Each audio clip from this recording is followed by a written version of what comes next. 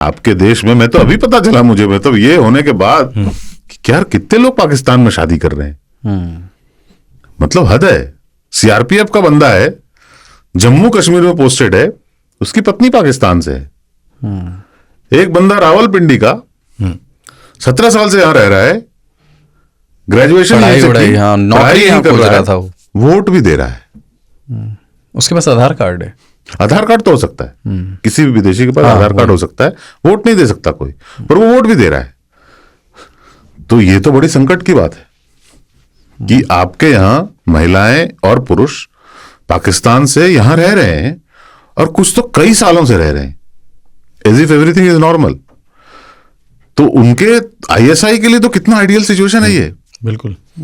लड़की को बोला भाई ये इरशाद है, ये अलीगढ़ में रहता है, फेसबुक पे दोस्त बने, शादी कर ली, ऑनलाइन निकाह। एक औरत कह रही है मैंने तो ऑनलाइन निकाह किया है, और वो आ गई यहां पे, क्या दिक्कत है। अब फिर 1 साल 1.5 साल के बाद जाएगी अपने मम्मी पापा से मिलने के लिए, और आईएसआई को बता देगी भाई यही है, ये मैं ले आई हूं। ये बहुत ही खतरनाक सिचुएशन है, ऐसा नहीं होना चाहिए। जबकि आपको वो मुल्क जाने दुश्मन समझता है, तो यार होने कैसे दे रहे हो आप ये सब। ये तो आप कहानियां सामने आई। हाँ, ये सब कब से हो रहा था। मैं तो सोचता था कि यार पंछी, नदियां, पवन के झोंके इसके बाकी को रोक देते हैं। इधर तो किसी को कोई नहीं रोक रहा, बंदे वोट दे रहे हैं खुलेआम, और इतने ज्यादा लोग, मुझे तो समझ ही नहीं आ रहा। दूसरी बात भाई, ऐसा होता है ना कि प्यार में यार कोई सीमा नहीं होती, पर आप में प्यार हुआ कैसे भाई।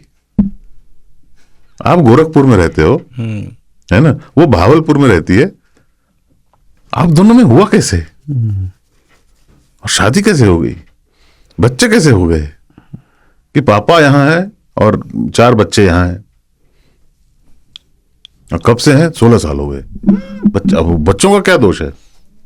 सीमा हैदर तो चलो लेके आई थी, और कितने लोग किस किस रास्ते से आए पता नहीं।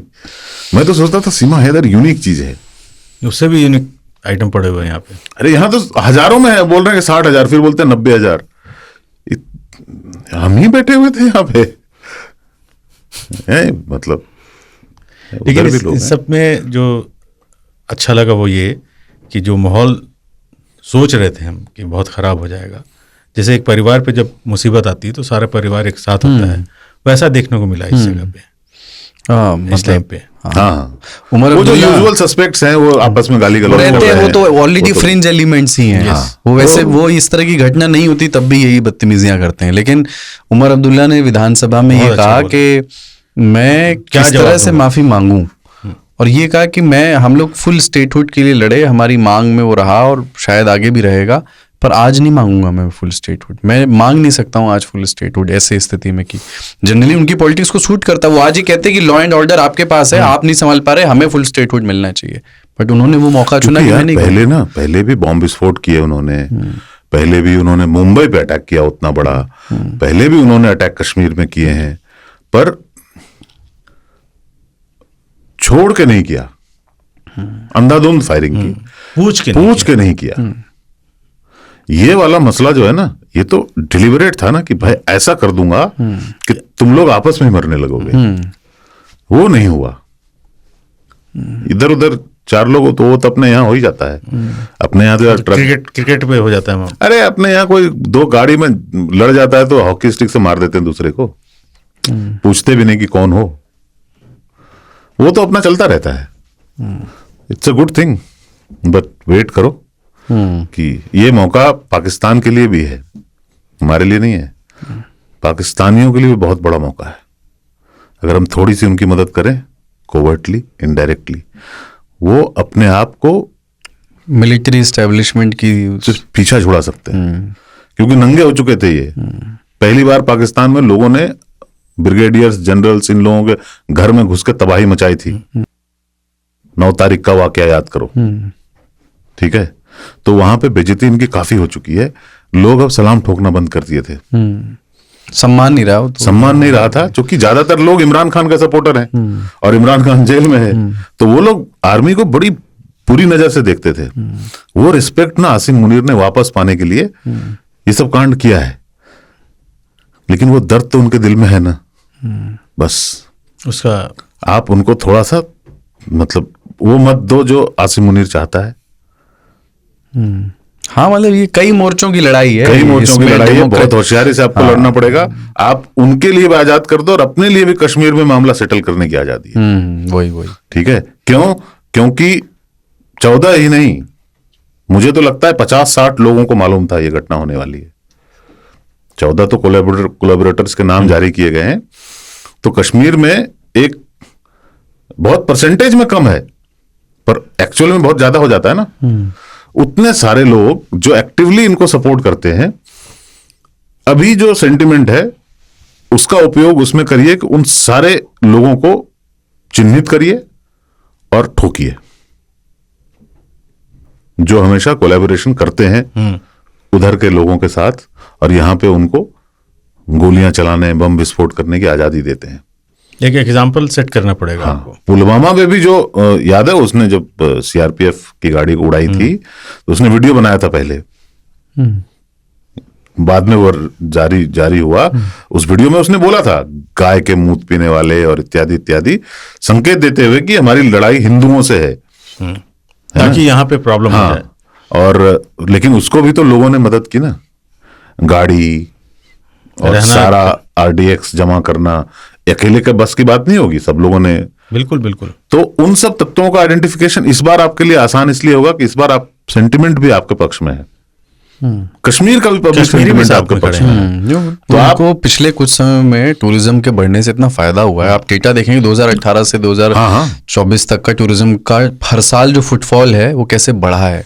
पिछली बार हमने यही कहा था ना कि वो क्या हुआ है कि जब तक भारत के और पाकिस्तान के बीच में एक तुलनात्मक अध्ययन होता था ना, डैश डैश डैश लगा होता था, इंडो पाक, इंडिया पाकिस्तान, वो खत्म हो गया है। भारत बहुत आगे चला गया, पाकिस्तान बहुत पीछे है।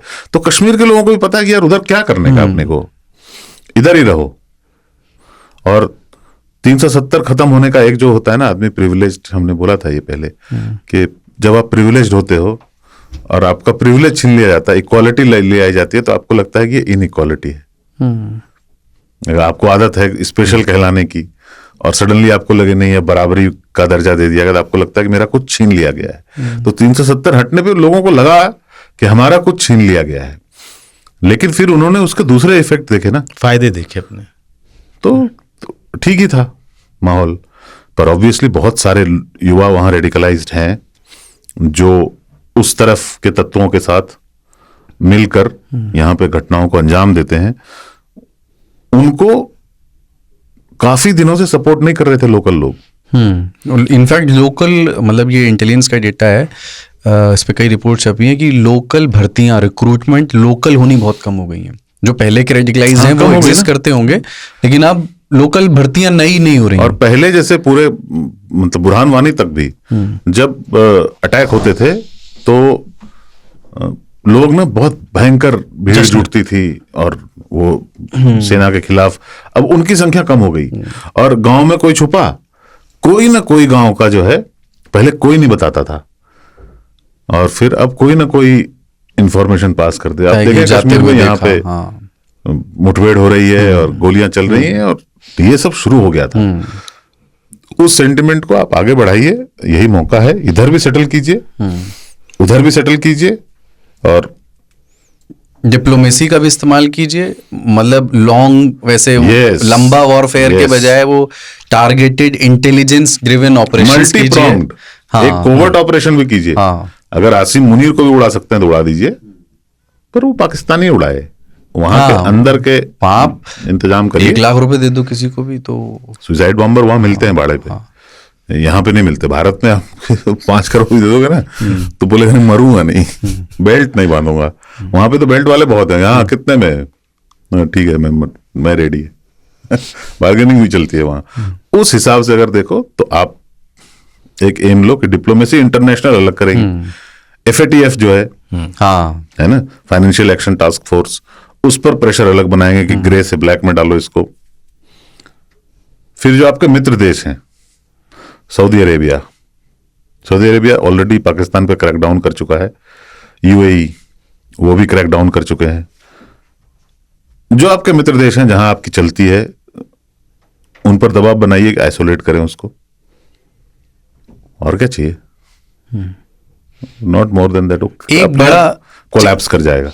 पिछले कुछ दिनों के मुकाबले पिछले कोई सालों के पहले जब टेंशन्स बढ़ा करती थी, एक बड़ा चेंज ये है कि अब क्लियरली ना पाकिस्तान हमारी तरफ, अमेरिका क्लियरली इस मामले में हमारी तरफ इंक्लाइंड है। पहले उसके बहुत इंटरेस्ट थे ना पाकिस्तान में। देखो ट्रम्प के यही टाइम है, इसका भी यूज करना जरूरी है। 1 साल और है, ट्रम्प जो है वो फिर मिड टर्म इलेक्शन होंगे वहाँ सीनेट के और वो मतलब वहाँ के पार्लियामेंट के, तो फिर ट्रम्प कमजोर होगा। अभी ट्रम्प मजबूत है, वो कुछ भी कर सकता है, तो इसका भी फायदा आपको अभी उठाना पड़ेगा।